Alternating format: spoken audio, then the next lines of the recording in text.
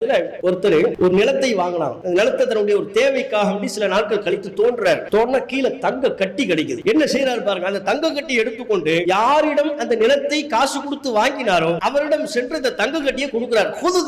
இந்த அப்படி உன்னுடைய தங்கம் என்னுடைய தேவைக்காக தோண்டும் போது கீழே தங்கம் இருந்தது, தங்க கட்டி இருந்தது, அதை நீ தெரியாம தந்துட்டீங்க போல, இந்தாங்க அந்த தங்க கட்டி உங்களுக்கு தான், நீங்களே வச்சுக்கோங்க அவர்கிட்ட கொடுக்குறார். ஒரு நிலம் நம்மளே வாங்குறோம், ஒரு நிலத்தை வாங்குறோம், கீழே தங்க கட்டி எல்லாம் விட்டுருங்க, ஒரு 10,000 ரூபாய் நோட்டு கட்டி கீழே இருக்கு, ஏதோ 10,000க்கு மதிப்புள்ள ஏதோ ஒரு பழைய நாணயமா இருக்குன்னு வைங்க. நம்மளே நமக்கு ஒரு காரணம் சொல்லுவோம், இதெல்லாம் ஆரம்பத்திலேயே செக் பண்ணிருக்கணும்ல, செக் பண்ணாம நமக்கு எதுக்கு வித்தான், அப்ப நமக்கு தானே அது, கீழே என்ன கிடைச்சாலும் நமக்கு தான், நம்ம முடிவு பண்ணிடுவோம் வைங்களேன். அவர் என்ன நினைக்கிறாரு, நம்ம நிலத்தை தானே காசு கொடுத்து வாங்கணும், இந்த தங்கத்துக்கு காசு கொடுக்கலையே, அப்ப இந்த தங்கம் நமக்கு ஹலால் அல்ல, இதை எடுத்து கொண்டு போய் அவர்கிட்ட கொடுக்கிறார். ஹுதுதஹப, பிடி உன்னுடைய தங்கத்தை, இன்னமஸ்தரைத்துல் அர்த், நான் உன்னிடம் வாங்கியது வெறும் நிலத்தை தான், தங்கத்தை அல்ல அப்படின்னு தங்கத்தை கொடுத்துறாரு. இப்படி நம்மளை தேடி வந்தா நம்ம என்ன செய்வோம், அதை வாங்கி கையில ஒரு 100 ரூபாய் கொடுத்து, உன்ன மாதிரி எல்லாரும் இருக்கணும்யா, இருந்தா ஊரு செழிப்பா இருக்கும். ஆனா அவர் என்ன தெரியுமா செஞ்சாரு, தங்கத்தை வாங்க மறுக்கிறார்.